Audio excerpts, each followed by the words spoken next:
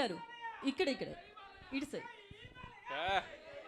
ఇప్పుడు కనబడలేదు, ఎక్కడికి వెళ్ళిపోయారు?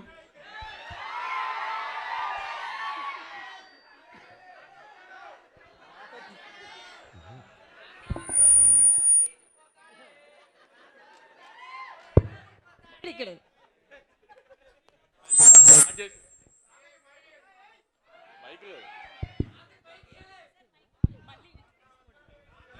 చెక్. సాధారణంగా ఈ రిలీజ్ డేట్లు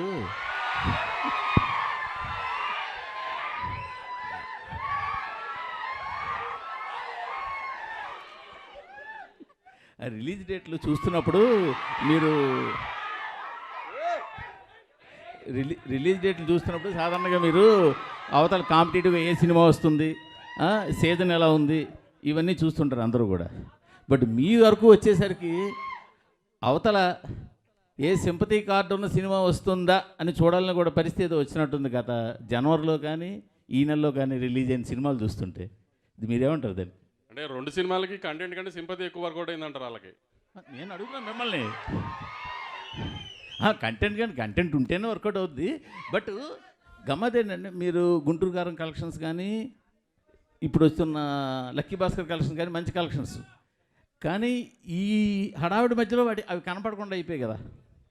ప్రశ్న మంచి ప్రశ్న, మీకు మంచి ఫ్యూచర్ ఉంది. నాకేం అర్థం కాలేదు ఏం కావట్లేదు ఏం చెప్పాలి. ఎందుకంటే నా సినిమాల మీదకి వచ్చినప్పటికే కరెక్ట్గా ఇట్లాంటి బాంబులు పేలుస్తున్నారు అంతా. అది దాని కారణం ఏమంటారు? అంటే నా సినిమా మీద ఏదైనా సినిమా వస్తుంటే అందరు కష్టాలు గుర్తొస్తున్నాయి. అదేంటో నాకు అర్థం కావట్లేదు.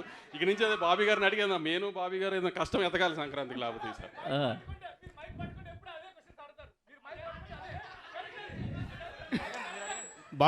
బాబీ గారు, తమన్ గారు ఇప్పుడు అందరి మీద మీ దృష్టి ఉంది, మీ మీదే ఉంది అందరి దృష్టి. అందరి దృష్టి మీ మీదే ఉంది. ఎలాంటి అవుట్పుట్ దృష్టి ఉందో లేదో మీ దృష్టి అయితే ఉంది. చెప్పండి, ఎలాంటి అవుట్పుట్ రాబోతోంది మీ దగ్గర నుంచి? బాబీ చాలా గొప్ప సినిమా తీశారు. నేను నా 5వ సినిమా బాలయ్య గారితో. నేను పుష్ప 2లో నేను అది వినలేదు.